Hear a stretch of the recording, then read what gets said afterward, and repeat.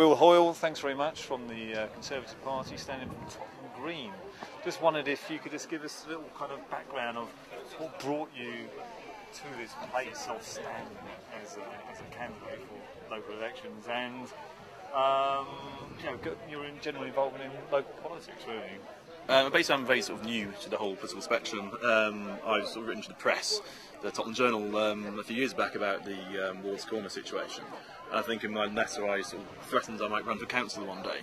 And there's the general sort of inactivity of the council relating Ward's Corner, relating the issues on fly tipping, on litter, and on sort of very, very local issues has sort of driven me to sort of put my name forward, really. And it's quite interesting. It's definitely a change from the usual life, really. So. How do you find you can make time to do this? Does it impact the rest of your life much? It could do. I mean, I'm not new to volunteering. I sort of, work in various sort of voluntary councils for the Amateur Football Association, for example. I do sort of disciplinaries. It actually do take place in council chambers. That's the Islington Council chamber. But so I do sort of volunteer, considerable amounts of my time after work for these sort of things. So. And I always thought that council was a voluntary sort of commitment that people who had a bit of extra time in their hands could give. And obviously, I worked usual working hours. I'm an accountant working for London Underground. So I was very surprised to find that council actually gets paid quite considerable amounts of money, actually, even for a basic councillor. So, right, as an example. Well, I was looking at the council website. Apparently, £10,500 is the start-up cost. And obviously, council do a lot of good work, and it's at the kindness of their heart. But I do think that's a heck of a lot of money to be paying out for somebody who should be doing it on a part-time basis. Yeah, mind you, a banker would get. Certainly, that's okay. Well, it's in the grand scheme of things, it's not that much money. These people are, like you say, doing hard work, and they've actually, several thousand people have said they want you or this person to represent them. So, but if I'm an accountant, as I said, and if you sort of prorate the time, I worked out that if your average, sort of councillors works between sort of 100 and 200 hours a year, based on say 10 3-hour council meetings and maybe sort of surgeries every every month. These are prorating up to almost 180 grand a year. Now, if that's the sort of the quality of people you think, alongside the executive team on the council, alongside all the well-paid council members, should not be doing the work that the executive council employees are doing already. So it seems to be almost duplication. So I would be really very interested in looking at what we're paying the councils in the first place. We're getting value for money. Harringay Council is, I think, a 1-star council. It's one of the worst councils in London, one of the worst councils in the UK. Yet we've got some of the highest council tax in the UK. And I'm not getting value for money. My streets aren't clean. I get rubbish dumped regularly in any part of the pavements on my road, and that's not giving me value for money. So, for the Ward's Corner, where do you stand on this Ward's Corner development? I think it's a complete disgrace. It's a complete shambles. It's a cover-up by the council. I'm sort of bristling at the. It's a Edwardian building that has been left into disrepair over, I think it's 40 years of Labour rule. I think one of the councillors went on record describing it as a dump. It always has been a dump, and it was a general dump. Now that's on their watch. They have clearly let it to sort of fall into disrepair so they can get it knocked down on the cheap and build another monstrosity. I think we've got Apex House around the corner, which is about to be demolished as well, which was built in the 60s or 70s.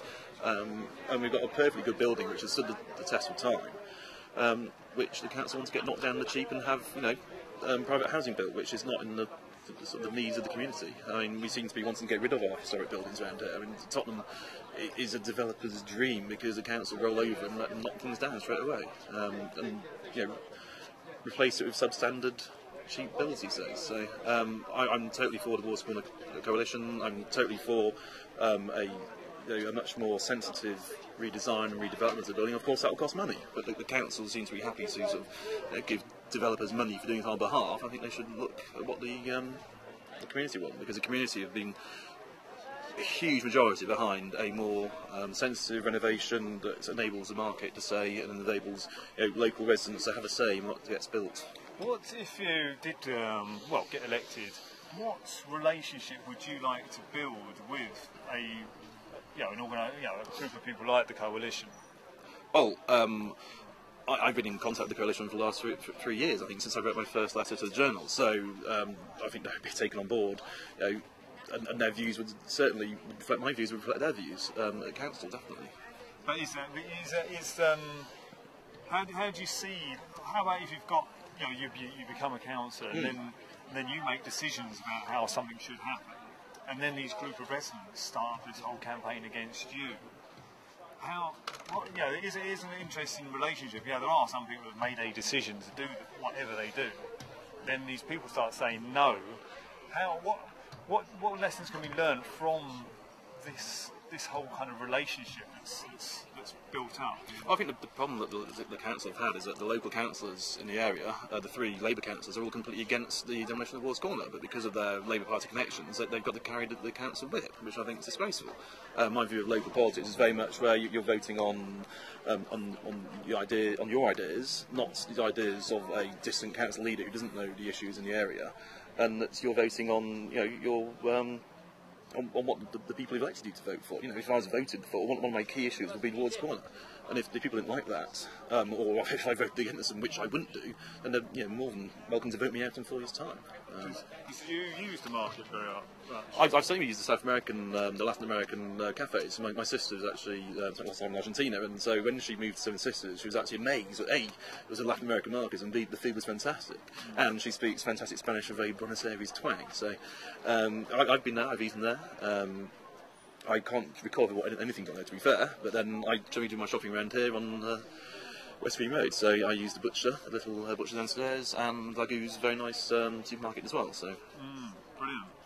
All right, well, just what would you say if you kind of you're there and you've got this ice cream van running up and down the road and it's belting out Popeye 2 or 3 times a day? What would you do? Have you ever done anything when that's? We do get the Popeye van going around giving it the yes, but our issue is actually with the butcher on the corner, because he has a lot of the late night deliveries and some very, very large articulate lorries, and their aircon doesn't half rumble at sort of 4:30 in the morning. So no, I've had sort of discussions, very friendly ones. I didn't pop out at 4:30 in the morning. I sort of saved it for a more sociable time. But it's all about discussion. At the end of the day, they're a local business trying to make money and to survive. I'm a local resident trying to sleep, who's got a 7-month pregnant wife, and I don't particularly like disruptions at that time in the morning. So I feel that local council don't engage with their constituents, or whatever they do, and then ignore them. It seems, on the CPZs, for example, they ignore what the locals want. On Ward's Corner, they ignore what the locals want. On litter, they just seem to ignore it. So, I'm a local councillor who lives in the bang in the centre of the ward, 2 roads away from here, and I will be visible. I will be, I shop at local shops. I walk the streets. I go to work from Seven Sisters Tube Station. So I think I'm a local candidate for a local area. And the Tottenham Green Business Park. What's your? Would you like to see more of those kind of things? I don't know who you meant about it. You're talking about the relatively high rise. No, the being. Oh, not the new development. I used to comment there actually.